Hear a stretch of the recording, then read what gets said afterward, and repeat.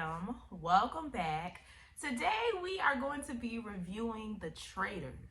Now this is season 2, and it's streaming on Peacock.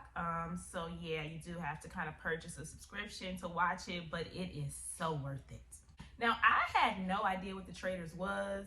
I didn't watch season 1. The thing that brought me to this show was they have 4 housewives on the show. I don't know if that's common, but I was like, wow, that's a lot of housewives. So they have Phaedra, Sheree, Tamra, and Larsa. I had no idea what Traitors was about, but it's kind of like a murder mystery reality type show where they do these challenges to raise money towards their big cash prize. And along the way, there are a couple of traitors in the house that obviously they're not going to know who. And these traitors are killing people off one by one. The non-traitors are called the faithfuls. So then the faithfuls also get a chance, well, the faithfuls along with the traitors also get a chance to vote off whoever they think is a traitor. So it's pretty much like 2 people going home per episode. One person, whoever the traitors decide to murder, and whoever the entire group decides to send home because they think that they're a traitor. Now, when I heard the premise of the game show, that's very interesting. I love shows like that. I don't know if y'all know about the board game Clue. That was my game when I was a child. I love mysteries. I love trying to figure stuff out. I mean, it's not really a mystery to us though, because we know who the traitors are, but I just like mystery type shows. You know, I loved Pretty Little Liars. I loved trying to figure out who A was. I like stuff like that. So once I saw what the show was about, I was definitely gonna tune in. Now, yes, like I said, they have 4 housewives on the show. I guess Phaedra was not lying when she said she has many jobs. The show started with, I want to say about 20 contestants, and I didn't know most of them because most of them were for like Big Brother, The Challenge, like Shaws of Sunset, stuff like that. So I didn't know most of them, but of course I recognized the housewives. Deontay Wilder. I recognized Johnny Bananas because he was on House of Villains, but he's originally from The Challenge. I didn't know him. Oh, and Michael Jordan's son is there, who is dating Larsa Pippen. So it's interesting that they're in the house together. So yeah, this is going to be a long one because I'm going to be reviewing the first 4 episodes. Then after that, I'm going to be doing one by one because 1 episode premieres each week. So yeah, let's go ahead and get into this long review. It starts with the host assigning the traitors. They have to sit at this round table and they're all blindfolded, and he's gonna walk by and whoever he taps on the shoulder is a traitor. So the traitors were Dan and Phaedra. I knew it. Before it even happened, I knew Phaedra was gonna be a traitor. I just knew it. It's like the perfect role for her. And then later on, they both got to pick one more traitor who they felt like would be an asset or like a good fit. And they ended up choosing Parvati, which is gonna bite Phaedra later, but we'll get to that. You know, and when they chose her, she didn't know who chose her. This was the first night when they chose their first murder, so she wasn't able to participate in the first murder. She's gonna meet them at the following secret meeting. And to me, it was funny that they chose Parvati as a traitor because at the round table, Larsa actually accused her of being a traitor. She wasn't at that moment because the guy didn't tap on her shoulder, but Dan and Phaedra ended up picking her anyway, so she was right anyway. Basically, Larsa and Parvati were sitting, Parvati, that's her name, Parvati. Yeah, because it sounds like poverty. Her name is Parvati. So Larsa and Parvati were sitting right next to each other, and Larsa basically feels like her ears are just so strong that she can hear who he tapped on the shoulder. My ears were so strong that I could feel the vibration of him lifting his jacket. And it's just hilarious to me because that was just such a ridiculous assumption, but she ends up being right because the girl does end up being a traitor. But yeah, after the round table, everyone is just trying to look everybody in the eyes and figure out who's a traitor, who's sweating, who's nervous. And They are just making some wild assumptions. People are not using facts. They're using gut feelings and making rousing statements about someone's behavior. I guess it was a vibe they got, everyone's vibing. They think they're so smart and nothing gets past them, but they are so off. They're going off of nothing, hyperventilating, oh, you sweating, oh, you spilled the drink. Like, it is not gonna be that obvious. Then they're going around asking people, are you the traitor? Why would they say yes even if they were? Like, these people were not playing the game right at all. So after the round table, they get to their first challenge. And basically the first challenge is they have to put together this puzzle, and each puzzle piece is on a platoon, which is out in the water. And they have to use these boats to get to these puzzle pieces and then bring them back to shore and put the puzzle piece together. But the thing is, they have no idea what the puzzle is, because on land, it's a bunch of bottles with paper in them, and they have to go through them and find the map. They had 40 minutes to do this. And if they completed the challenge, then they would add 30K to the cash prize. Also, throughout the challenge, they have these hidden shields, which players can get to protect themselves from being murdered that night. So before they can get in the water and get the puzzle pieces or whatever, they're all tied up to these trees, and they have to untie themselves before they can get to the water. So that's really the first challenge.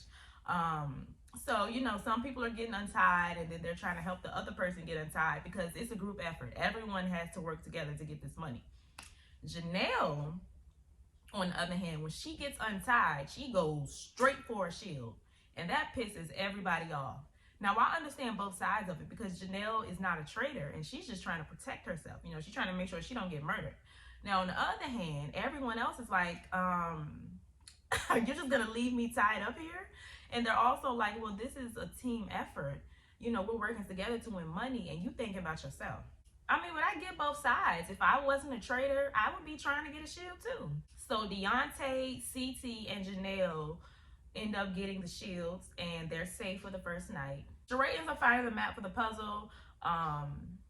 They end up having 10 minutes to put this puzzle together, and it was just very confusing. I didn't think they was gonna pull it off. They had a couple of people looking at the map, calling the shots, and they all contradicting each other. You got people in the water trying to scream instructions. They didn't really have an established leader, and that's why everyone was so confused. But they literally finished at the last minute or the last seconds. So they end up adding 30K to the cash prize. So after that, after the challenge, it's time for the first murder. So Dan and Phaedra, they go meet in a little secret meeting to decide who the first murder is gonna be. Yes, babe. They decide to murder Johnny Bananas because he's very loud, and they feel like everyone's gonna expect it the least, so they just want to shake up the house.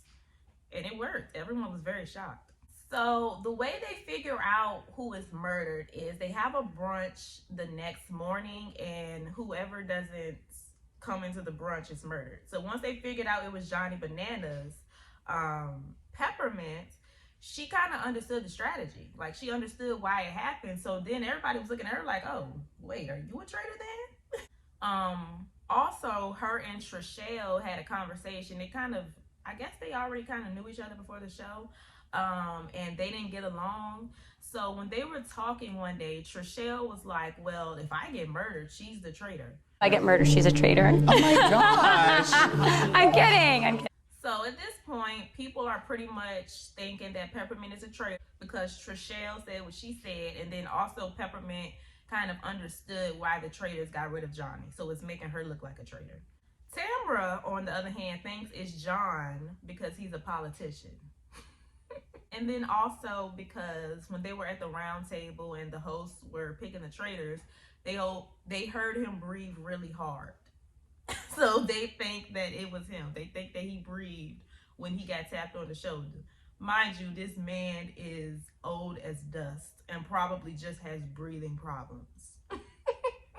So they get to their next challenge. And their next challenge is to simply race to a pot of gold. They're split up in 3 teams with 3 separate paths. And in order to progress, they have to answer these trivia questions along the way and get them right. And the trivia questions are about people in the house.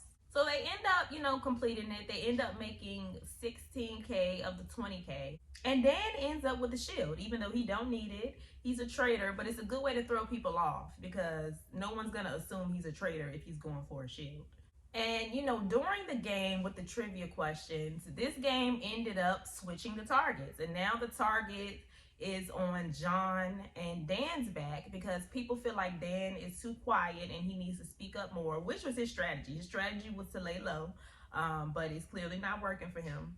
And then also John, because John said that he had asthma, and while they were running, Tamara asked him for an inhaler and he didn't have one. So she's like, how do you have asthma but you don't have an inhaler on you? Like, Tamara, you are reaching, honey. Now they finish the challenge, they get back to the house, and they're pretty much talking to Peppermint about Trishelle, assuming she is a traitor.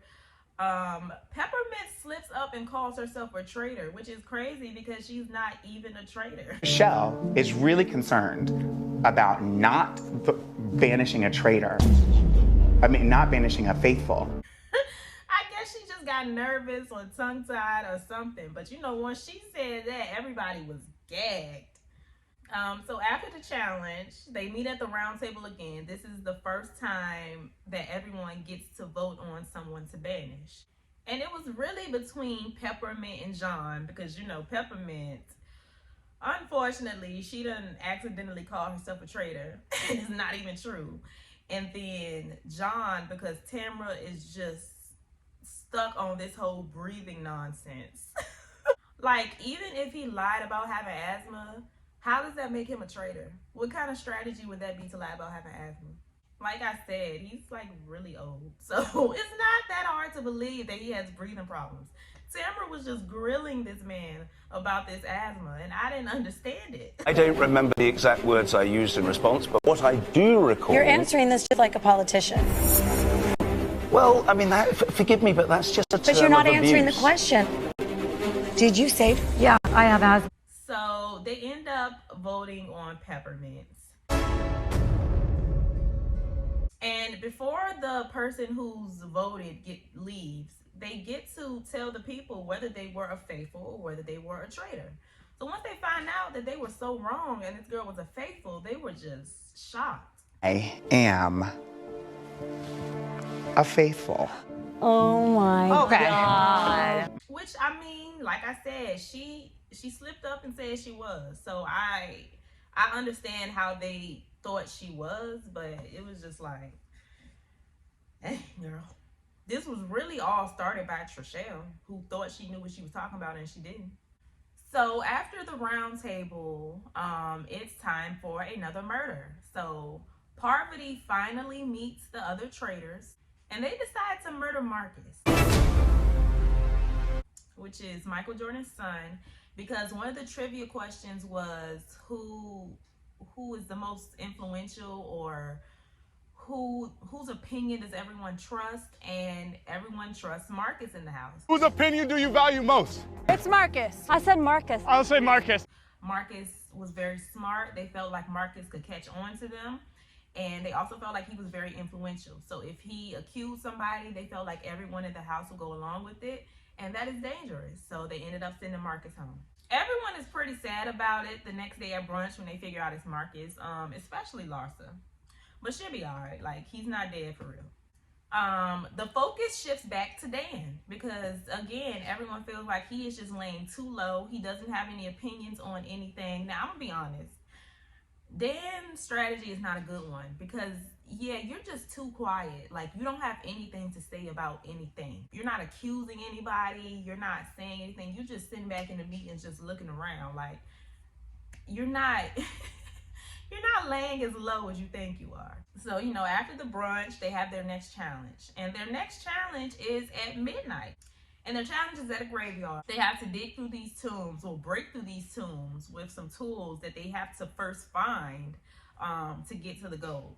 Now, throughout this challenge, there's these spotlight beams that are just going through the graveyard, and if you get caught in that spotlight beam, you are out of the challenge, and if you have any gold in your hand, it does not count. They end up making 19.5K for the added to the cash prize. And Peter, Tamara, and Janelle end up getting the shield. So Janelle, this is Janelle's second time. Like, she is not messing around. And actually how she got it was Ekin-Su was already, it was Peter and Ekin-Su already looking for shields. And Janelle just kind of ran up behind her and snatched it out of her hand, which obviously pissed Ekin-Su off. But it kind of put a target on both of their backs. Once Ekin-Su told people, Janelle started lying and said she didn't do that. So everyone's kind of looking at them like, okay, who's lying? Like, these stories don't add up. They get back to the house and everyone is still talking about how Dan is a traitor. And now that Parvati is amongst the traitors, she feels like she has to warn Dan. So, you know, she pulls him to the side and she lets him know. They also think it's Max or Janelle. Deontay was mainly the one accusing Max. I honestly can't remember why he said that, but they were thinking either Max or Janelle because of the BS between Janelle and Ekin-Su. And at the round table, they end up voting to send Max home. Another faithful. And once Deontay realized he was wrong about this, it was just eating him up. Like, he felt so bad. I think because they were kind of like friends in real life, so he felt bad. Deontay is so emotional and distressed about Max's exit because he's the champion of his friend's departure. But I mean, it wasn't just you. Like, the whole house voted. I get you probably led it. You probably had the influence, but he was really beating himself up about it. And I didn't really understand it. It's a game, you know. He had to go eventually. Now it's time for the next murder. And this time, the traitors have to murder someone in plain sight. They don't go to their secret meetings and decide and then the host slip a little note under their door and let them know. No, they have to do it in front of everybody.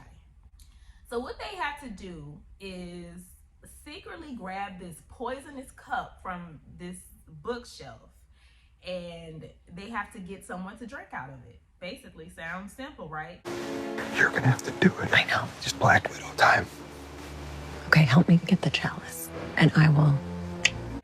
But no, this cup was really dirty and rusty looking. So they really had to figure out how to get somebody to drink out of this cup. This murder was really between Parvati and Dan because Phaedra didn't want to be around them. She didn't want to be seen fraternizing with them because she didn't want people to start suspecting things, which is smart, but it ends up coming to bite Phaedra.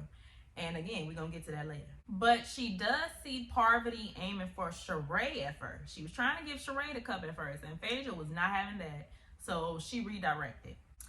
Now, Dan and Parvati were thinking to either get MJ or Larsa out because they were the main ones accusing Dan of being a traitor. And they were just like, they were very sure about it. Like, they knew that they knew he was a traitor, and they're right. And they felt like they would be able to get away with it without any suspicion being on Dan because they felt like, why would we so obviously kill someone who just accused me of being a traitor? Why would I be the traitor and murder the person who said I was a traitor? Like, that's too obvious. No one's gonna believe it. And I thought that was a pretty good strategy. But Parvati ends up being pressed for time and ends up getting Ekin-Su to drink out of the cup instead. Now, Deontay ends up leaving because him making the wrong decision just tore him up. And I hate that such an unserious game took a toll on him. Like, it really wasn't that serious to me. Now, once Phaedra finds out who Parvati gave the cup to, she is nervous. She's nervous that a target is going to be on her back because at the round table, she voted for Ekin-Su and she thought Ekin-Su was a traitor. Lord, sweet baby Jesus, not Ekin-Su. Lord, not Ekin-Su. That is going to put a target on me like crazy. So she thinks that they'll be suspecting her next, which is exciting for Dan because this is going to take the heat off of him. And he said he is going to put that info in his back pocket in case he needs to use it for later. Now, at this point, it seems like Dan is plotting on the perfect time to turn on Phaedra and throw her under the bus to save himself. Now, the next day at brunch, everyone is walking in. You know, like I said, it's 4 housewives. So all 4 of the housewives made it through the night. And this is a little suspicious to CT. He's like wondering, how are none of these housewives getting voted off? So that is very suspicious to him, and it's suspicious to Janelle as well. Janelle was pretty much spot on about who the traitors were. Like, she knows. But she's keeping it to herself, which is smart, because saying that out loud would make her a target. Now, everybody walks in this brunch, including Ekin-Su. So everybody is confused, including the traitors. But for this particular murder, since she drunk a poison, you never really know when that's gonna, take effect. So, I mean, she's still gonna die. They just didn't know when. The host then walks in, and he informs them that somebody has been poisoned by the traitor in plain sight, and by the end of the day, they'll be dead. So now everybody's like thinking, like, wait, we got poisoned last night? And I thought this was a great twist. I love how this game has so many twists and turns. That is a good twist, because now everyone is overanalyzing the previous night. Peter asked, was anyone given a drink? Which is making Parvati nervous, because she was pretty much going around the entire night offering drinks. But lucky for her, people remember being offered wine. They just don't remember who offered it. But eventually, I feel like they'll figure it out. Like, I feel like that memory may come back eventually. People are thinking it's Ekin-Su, though, which is funny, because she's the one that's gonna die. And so what are they, like 0 for 6 at this point? Like, they have no idea what they're doing. So now Parvati is nervous, because she was going around offering drinks, and she pretty much murdered this girl in plain sight. And, Dan is still nervous, because Larsa and MJ is on his head. So at this point, they are thinking to throw Phaedra under the bus to save themselves, because nobody is suspecting Phaedra. Phaedra is doing what she's supposed to do. So now they thinking to turn on her. Well, it's really Dan. It was his idea. He was the one who said he was going to use Parvati to throw Phaedra under the bus, and Parvati, the puppet, is just going along with what he's saying. So they get to the next challenge, which is a funeral. They're heading to the funeral for the person who got poisoned, and along the way, they have to answer these questions that are going to eliminate the people who did not drink the poison. And if they correctly guess who drank the poison, then they get the money. They don't get the money because literally everyone thought MJ was going to be gone, because MJ is just too outspoken, which was the plan. So they would have been right, but again, Parvati just didn't have enough time. But once they realized that MJ was not murdered, even though it would have made sense for her to be, now they're thinking that she's a traitor. It's time for another round table. Before the round table, this is where Parvati makes her move to try to subtly throw Phaedra under the bus. Not necessarily throw her under the bus, but kind of throw some attention her way. So she does that by going after Larsa. She's trying to convince people that maybe Larsa is a traitor since MJ was safe, and also because this Housewives Bravo clique is just so strong and nobody's getting voted off or going anywhere. And they also feel like she's the leader of the Housewives. Now, the Bravo crew thinks that it's CT. Of course, that's what Larsa thinks, because she thinks that it's an alpha male that is murdering all these other strong males. They get to the round table, and it's between CT, Larsa, and Kevin. And Parvati tells the entire group that she thinks one of the housewives is a traitor because they have to read scripts, which no, they don't. I don't know what she's talking about. But yeah, she just thinks they're really good actors or actresses or whatever. And this pisses Phaedra off. Who has the capacity to perform this part is actors and I think housewives as well. And hopefully Phaedra is starting to see that they are gunning for her, because whether she said your name or not, she is putting the spotlight on you, on all of y'all. And then on top of that, she tried to poison your good friend Sheree. She is coming for the Housewives clique, clearly. Phaedra is livid with Parvati, and y'all know what happens when Phaedra feels slighted in any way. She go into Scorpio mode and she get real vengeful. So I hope Parvati is ready for the wrath of Phaedra. They end up voting out Larsa, and Larsa played a really good game to me. She was just a little too outspoken. Yeah, when you start catching on and you know you're a little too smart, of course they're gonna get rid of you. Now it's time for the traitors to meet on who to murder. And Phaedra immediately calls Parvati out. She got her together. But when you do stuff like that, it brings attention to me. Like, oh, they work together, they're on the show. I'm like, are you kidding me? Phaedra is pissed. She basically lets her know, girl, you better back off because I'm trying to be nice, I'm trying to play fair. But if you want to be honest, don't nobody here like you. So if I want to use that to my advantage, I can. No one likes you, Parvati. Everyone says you're a traitor. We can be in this game together, but you're gonna play fair. And if you don't, you have more problems at the faces. And she clocked Dan too. So don't do that to me. Both of you. And I'm glad she did because it was actually all his plan to begin with. It was his idea to throw Phaedra under the bus from the beginning. He's just using Parvati to do it. And I don't think she's fully caught on to that, but I think she'll figure it out eventually, that they're both working against her. And yeah, that's where episode 4 ends. Next week, we will find out who they decide to murder. So far, I love this show. I like it because it's so many elements to it. You know, you have some people playing the individual game. You have some people just worried about winning the money as a team. There are so many ways to keep yourself safe in this game. You can grab a shield. You could obviously be a traitor and not get caught. You could also be a good asset to the team in terms of winning money, which actually has not worked. It didn't work for Johnny Bananas. You know, he was the main one putting in work for the first challenge and they got rid of him anyway.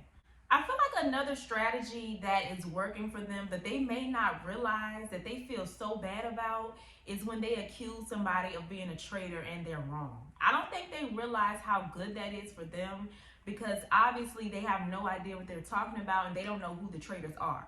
So the traitors are not going to be gunning for people who don't know what they're talking about because you're not catching on to them. So you know Trishelle was wrong about Peppermint, Deontay was wrong about Max. The traitors have never considered murdering any of them because they're obviously way off. So I don't think they realize how much that keeps them safe in the house versus people like Larsa, MJ, Marcus, who are kind of smart and can kind of put 2 and 2 together.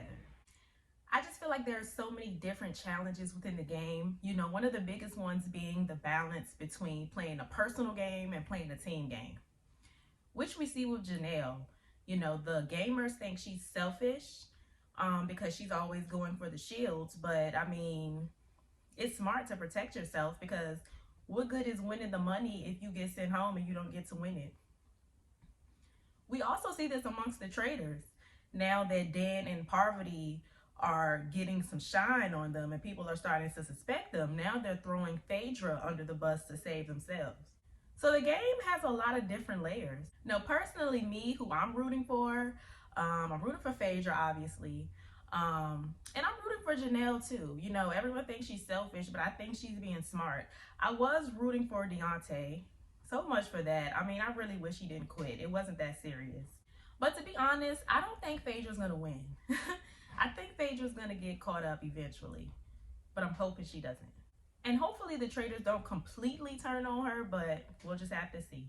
And going back to Janelle, I don't really understand why more people aren't concerned with getting the shields. Like, instead, they're just getting mad at everyone who goes for the shields. Like, why wouldn't you want to get one yourself to protect yourself? So I don't really understand that. I feel like half of the house is, you know, thinking about themselves and half of the house is thinking about the money. Now, I thought Larsa was playing a pretty good game. You know, she was smart and she was catching on. But like I said, that's not good for the traitors. Which actually, the traitors didn't really send her home because Phaedra is a traitor and she was never going to allow them to send a housewife home. But when you're too smart and you're too opinionated and you have influence, you know, you start making yourself a target. You know, the same happened with Marcus. So MJ, she might want to pipe down a little bit, because she was going to be a victim, but they had to do it in plain sight, so she got lucky. Now, Sheree has been awfully quiet. She has had no moments. Well, the only moment she had was wrongfully going along with the crowd and voting for, who was it? I think it was Max. But yeah, Sheree, who is Atlanta's new it girl, the OG. She's giving us absolutely nothing. She is not standing out at all. But I mean, it's, as far as this game, it's really working for her. She's not really a target besides Parvati. And she's just gunning for the housewives in general, not particularly Sheree. So Sheree isn't really a target, so it may be working for her. But I would like to see more of Sheree. I tuned in for Phaedra and Sheree. You know, Phaedra's the only one giving me a show. But yeah, as far as who I would like to see win, either Phaedra, Janelle, or you know what? Honestly, I wouldn't mind if Kevin won, just because everyone thinks he's so stupid and they're underestimating him. Now, speaking of underestimating, I could also see Bernie winning because he's kind of like the underdog right now. He's really young. I think they're underestimating him too. So I wouldn't mind seeing either one of them win. Y'all let me know who y'all rooting for in the comments. But I really love the show so far. I really like the host. I like how he's staying in character. I like the aesthetic and the dramatics of the show. The challenges are good. I like all of the twists and turns and schemes. I think this show was very well thought out. And honestly, even if it weren't centered around celebrities or people known, I probably would have watched it anyway, just because I like the premises of the show.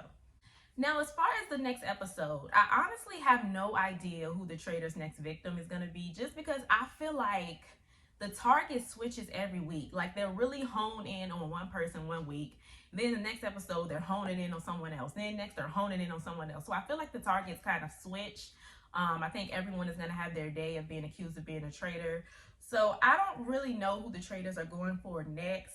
But I do have this weird feeling that one of the Traitors may be banished. I don't know why. I just feel like one of them are going to be voted out next episode. Because, you know, they're already on Dan and Parvati's neck. And as a result, they're trying to throw Phaedra under the bus. So now people are looking at the housewives, which pissed Phaedra off. And as a result, I feel like now she's going to try to throw Dan and Parvati under the bus, which is just going to bring attention to all three of them. So I don't know why I have this weird feeling, but I just feel like one of the Traitors are going to be banished in the next episode. Y'all let me know if y'all agree with that, and which Traitor do y'all think is going to be. But yeah, that was my review of the first 4 episodes. I am thoroughly enjoying this. I'm excited to be doing these reviews. The show comes out every Thursday at Peacock. So, you know, I'll be posting my review for that episode in one of the following days.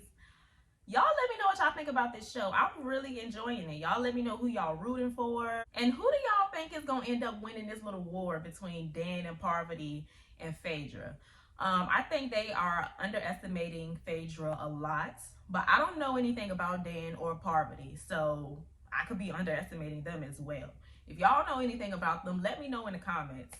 And yeah, stay happy, healthy, and all of that good stuff. And I will see y'all in my next video.